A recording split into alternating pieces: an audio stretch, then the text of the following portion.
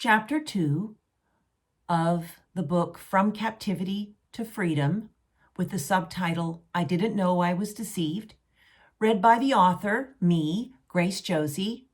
And chapter 2 begins with a quote from Isaiah 53, verses 4 through 5 in the Message Bible. And it reads, "But the fact is, it was our pains he carried, our disfigurements, all the things wrong with us. We thought he brought it on himself, that God was punishing him for his own failures.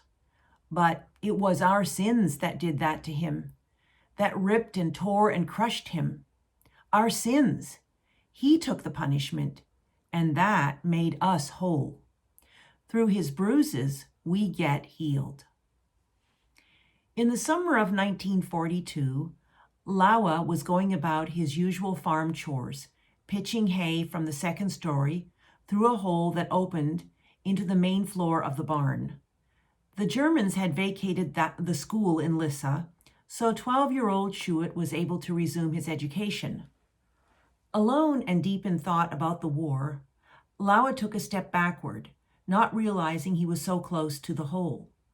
He lost his balance and tumbled down, pitchfork in hand, landing squarely on his shoulder blades on the cement floor below.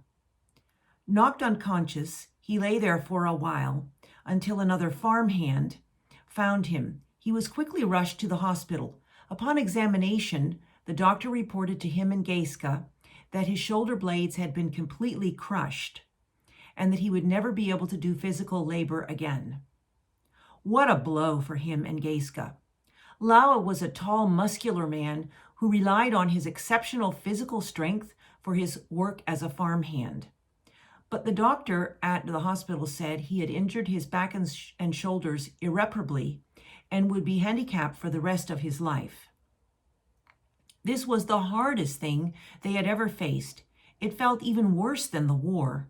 And on top of all of that, Geiska was expecting their 9th child. Lawa and Geiska looked to God for help once again. Geiska brought Lawa a Bible to read while he was in the hospital.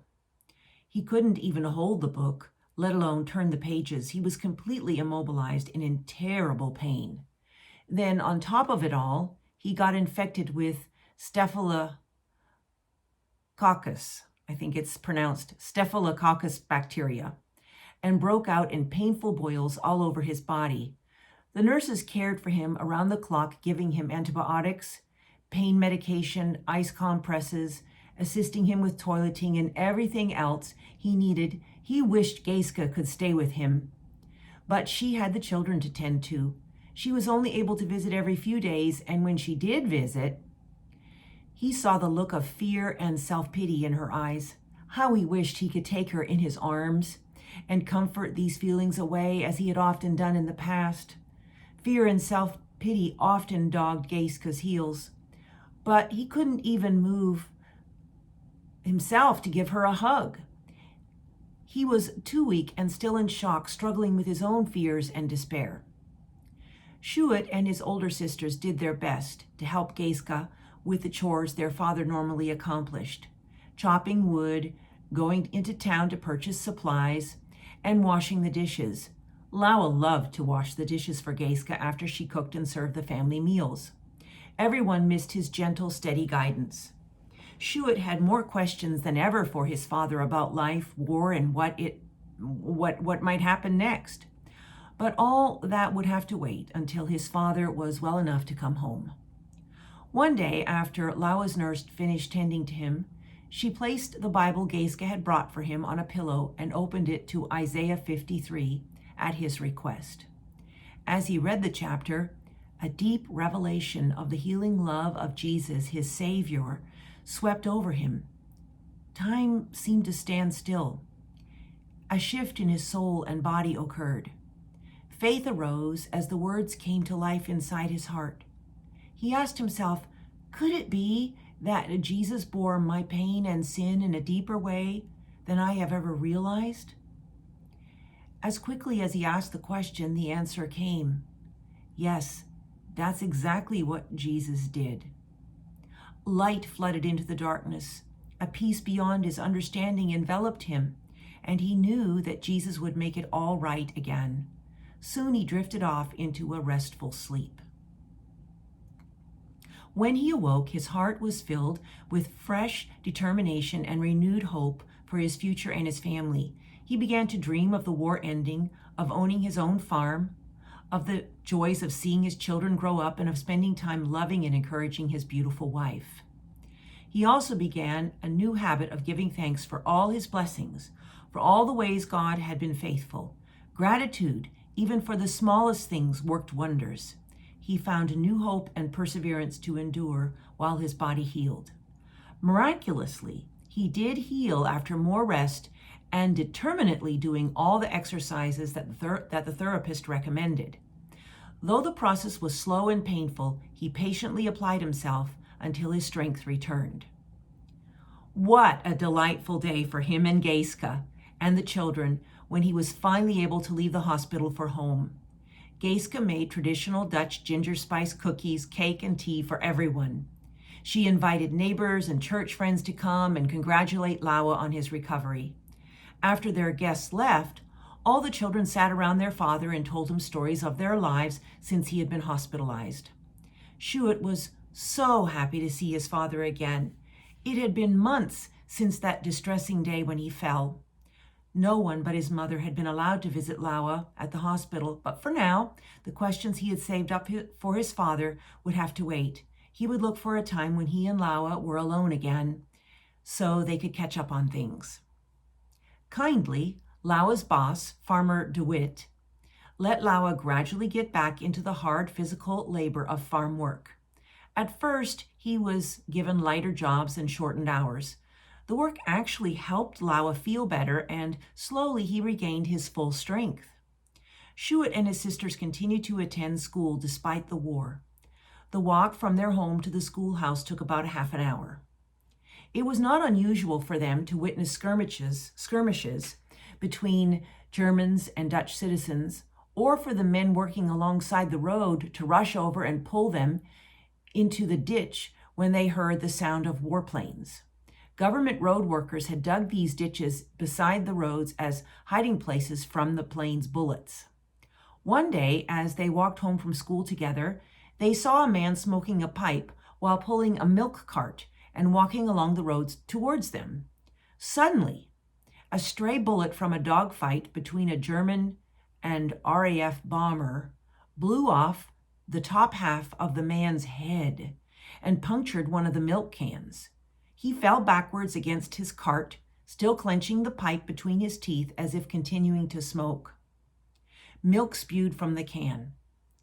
The children were completely terrorized by this experience and ran home together as fast as they could. Geiska was washing dishes as she saw them round the bend. Tears were streaming down their faces as they entered the house. Breathless, they told her what they had just witnessed, right down to the details of the man's mouth continuing to smoke his pipe and the spilling milk. She didn't know what to do or say to help them process this. The children were in shock for days. She wondered if they'd have the resilience to bounce back. It was all just too much. She was having her own struggles trying to make sense of what seemed so completely senseless. How could she possibly know what to do to help them? Sjoerd's sisters became withdrawn and hardly said a word. One of them had trouble sleeping and eating. The other cried all the time and became frightened at the least little thing. Sjoerd felt a persistent anxiety, like a rock pitted in his chest. It made him angry and impatient.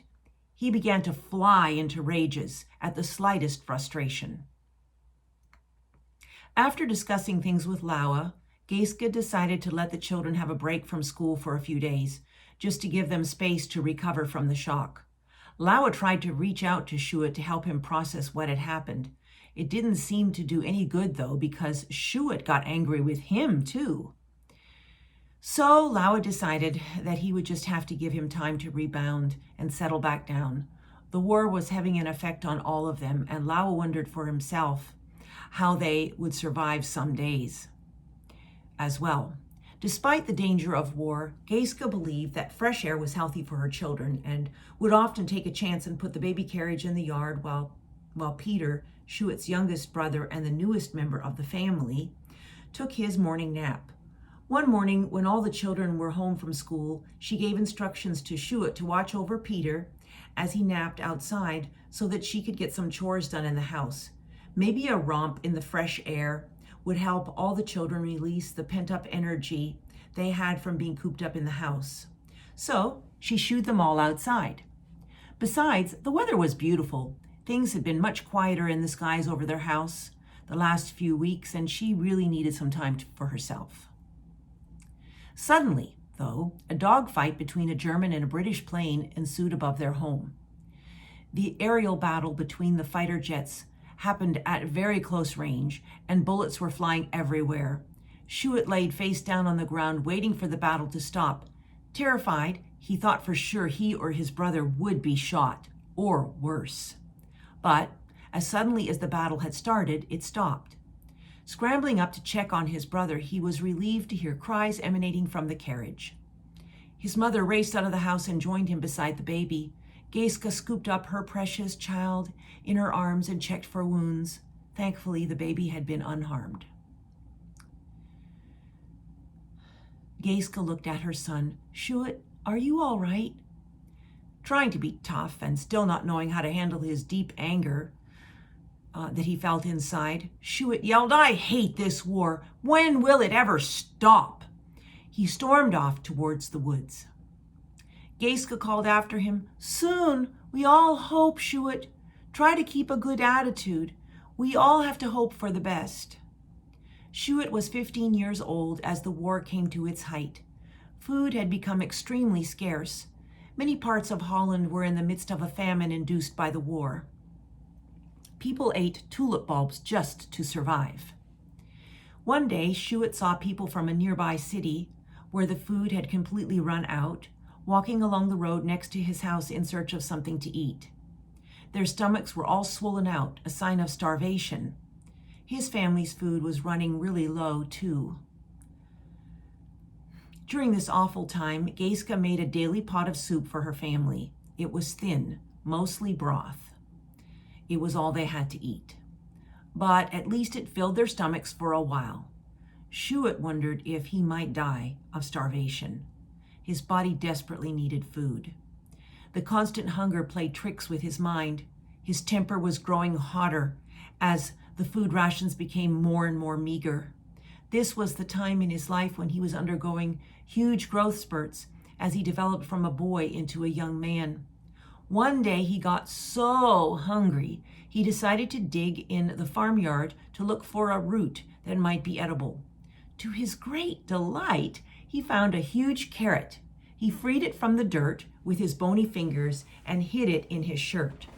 No family members had witnessed his discovery. So he found a place in the hayloft to secretly consume the vegetable. He thought this 10-inch carrot was the most delicious thing he had ever eaten. Nothing had ever tasted this good. Soon, though, his stomach began to digest the meal, but to his utter chagrin, instead of finding himself satisfied now, his belly began to ache terribly. He was about to learn that you couldn't fill a starving body with a large amount of raw vegetable in a quick amount of time. His stomach heaved. How he wished he'd been more thoughtful. Along with the food shortage during the hunger winter of 1944 through 45, there was a shortage of heating and cooking fuel. Dutch rail workers had gone on strike to stop the Germans, who in turn punished them by putting all maritime transport on hold. This cut off all food and fuel delivery. More than 20,000 people lost their lives as a result. Rabbits, kept as pets before the war, became staple meat. Without coal to heat their homes, people were forced to use anything they could burn. Gas had been turned off by the Germans and rationed severely. For fuel, they took apart old buildings, burned furniture, or cut down trees that lined their streets. Anything that might produce heat but wasn't essential to life was used for warmth. Since Schuett's family lived near a wooded area, They could gather fallen limbs or cut down trees for their stove. It was a lot of work, especially because they were weak from hunger, but they had no choice. If they didn't gather the wood, the house would get too cold. They gathered at night to avoid being watched. German soldiers often hid under the bridge behind the gatehouse where they lived. Geiska always kept a watchful eye on the children as they played outside, something she now preferred they didn't do, but they got too restless staying indoors all the time. One day she saw British planes flying again over the house. At the same time, she saw a German truck making its way down the highway close by. As the truck approached the bridge, suddenly, a British pilot let loose a bomb. It screeched through the sky, blew up the truck, killing all the German soldiers in the truck and under the bridge. Only a field separated Geiska and her children from this fatal attack. Laura and Geiska did not want Schuett to be taken by the Nazis. Boys over 18 years old were sent to forced labor camps or into Germany and German-occupied Europe as forced laborers. Usually, these young men didn't survive the ordeal due to the cruel slave-like conditions they were forced to work under. Viewed as a threat to the Nazis, the young men were either used to advance Hitler's agenda or killed.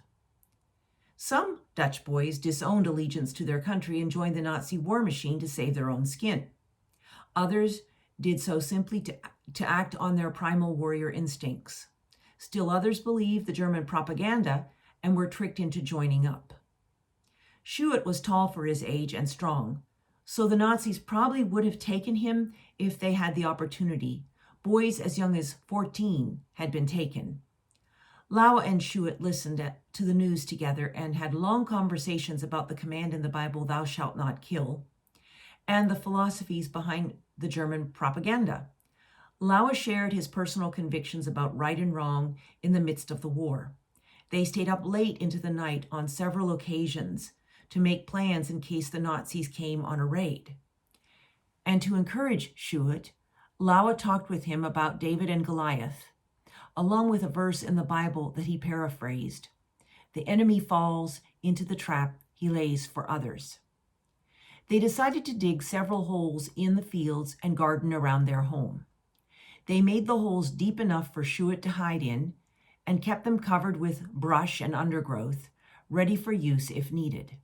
They found several strategic hiding places in the woods next to the farm. They dug a tunnel and small hiding place inside a huge pile of hay they used to dry tulip bulbs behind their house. Their planning paid off. Many times, news of Nazis in the area made Schuett quickly go into hiding. One day, Geiska jumped to alert at a series of sharp knocks on her door. She hoped she would see friendly faces on the other side, but when she opened the door, there stood two angry-looking German soldiers with their long rifles pointed straight at her. Without asking permission, they began searching her kitchen.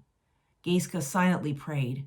Thankfully, Schuett, who was outside, had spotted the soldiers before they spotted him. He swiftly hid in the secret tunnel inside the giant pile of hay. The soldiers rifled through Geiska's kitchen cupboards, greedily pocketing food and other items. She desperately hoped they would not find the radio.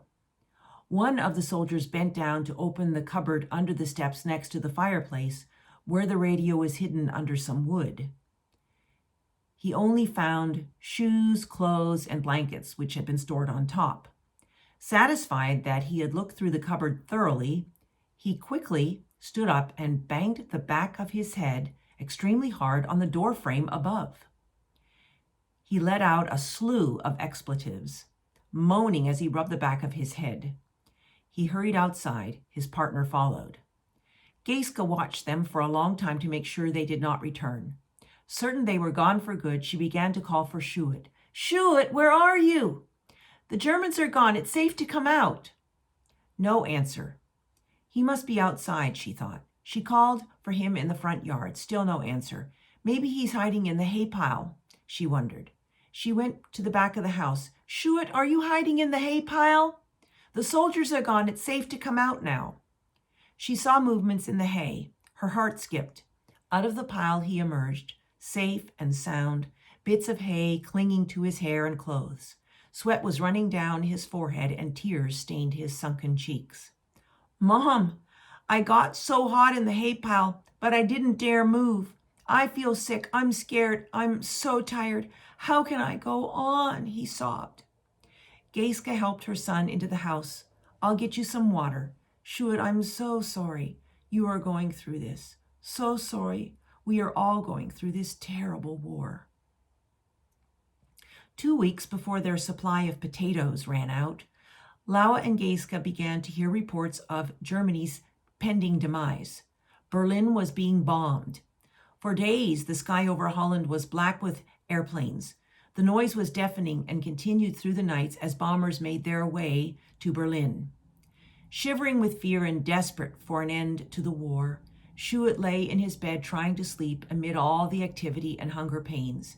He hoped against hope, maybe tomorrow this nightmare will stop. On April 30, 1945, listening to Radio Orange with his parents and family, he heard the report that Adolf Hitler had committed suicide and that Germany was nearing surrender. A flicker of hope ignited in his heart. Then May 5, 1945 dawned like any other day. Laura and Shuit were working long hours digging in the fields even though there was little food. It was the spring tulip season. Later in the day, they heard the sounds of airplanes in the sky. Nothing unusual. They had gotten used to the noise. But the planes were flying unusually low. So low, in fact, they could see the pilots sitting in the cockpits waving. They were British and Allied planes, not Nazis. Then little packages began falling from the bellies of the planes. One landed close by. More packages fell to the ground around them. Warily, Shuit looked at Laura, wondering if they should open one of the packages. Quickly, they agreed it was okay. And what a surprise they found. It was full of food from Canadian Operation Manna. Their hearts were thrilled as they found tins of prepared food, dried fruit, and chocolate. Tearing quickly into the packages, they merrily began eating. But then Shuit remembered his experience of eating the large raw carrot and getting sick. He reminded Laura about this, and they both decided not to eat anymore. Instead, they gathered up the remaining packages and hurried home to share the food with the rest of the family. Later that day, the family anxiously listened to the radio. Today marks the liberation of the Netherlands from German occupation. General Charles Foulkes, commander of the 1st Canadian Corps, has accepted the surrender of German forces in our land. Everyone began to holler and celebrate the news. How they had waited for this hour. Shuit was now 16 years old. 2 days later, Germany fully surrendered, and the war in Europe came to an end.